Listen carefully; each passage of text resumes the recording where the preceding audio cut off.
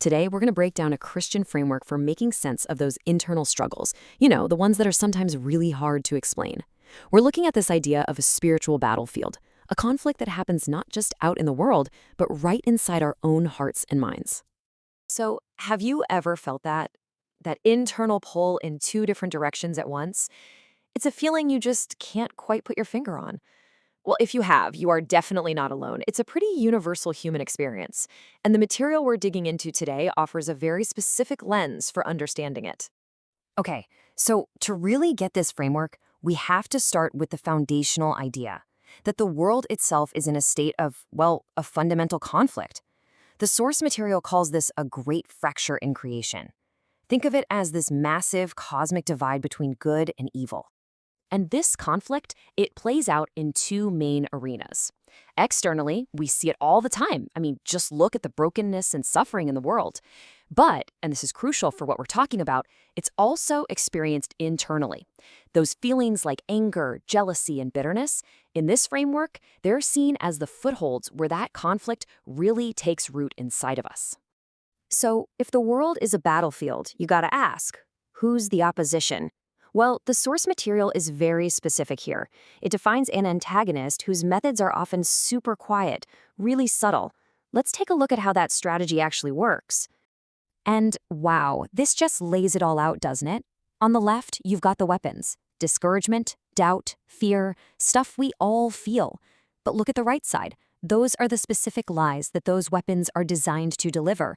Things like, you're too far gone, or you are too broken to hold on, and you have to bear this alone. You see the pattern here, right? The whole goal is isolation. It's to make you believe that you are uniquely broken and completely, utterly on your own. And that brings us to the big question, right? If you're up against these kinds of quiet attacks and these isolating lies, what do you do? How do you fight back? This is the real turning point in our explainer, where we shift from just defining the problem to actually exploring the solution that's presented in the source. Okay, so the first part of the solution isn't about just gritting your teeth and trying harder. No. Instead, it's all about relying on what the source calls God's unshakable promises. Think of these as your absolute first line of defense. Let's take this first promise. It's talking about total, constant protection. But notice the detail.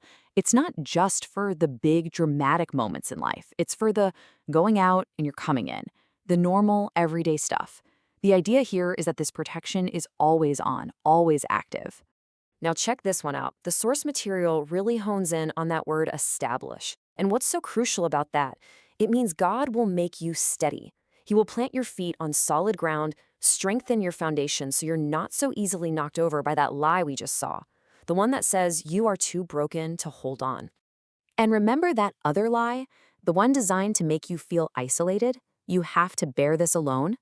Well, this promise confronts that head on. It's saying that even in the darkest moments, the valley of the shadow of death, God's presence is right there with you. The rod is there to guide you, and the staff is there to defend you. So even when you feel completely surrounded, the message is crystal clear. You are not alone. So those promises are your defense, for sure. But the source presents Jesus Christ as the ultimate solution, the one who brings the definitive, final victory in this whole spiritual conflict. And this verse, man, this gets right to the heart of it. The strength you need to overcome these battles, it doesn't come from you. It comes from a divine presence that is literally inside you. And by its very nature, it is greater than any internal struggle or external force you could ever possibly face. So the path to victory in this framework, it isn't about just trying harder or pulling yourself up by your own bootstraps. It's a complete shift in focus.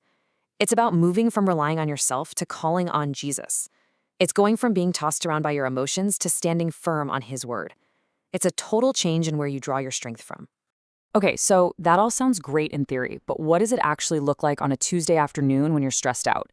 You know, how does this play out in real life? Well, this last section is the action plan.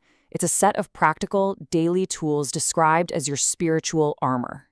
This is how the source makes all these big ideas really concrete.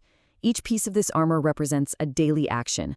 You guard your thoughts with truth. You clothe yourself in right actions and integrity. That's righteousness. You hold on tight to faith. You protect your mind with the assurance of salvation, and you carry the sword of the Spirit, which is God's word.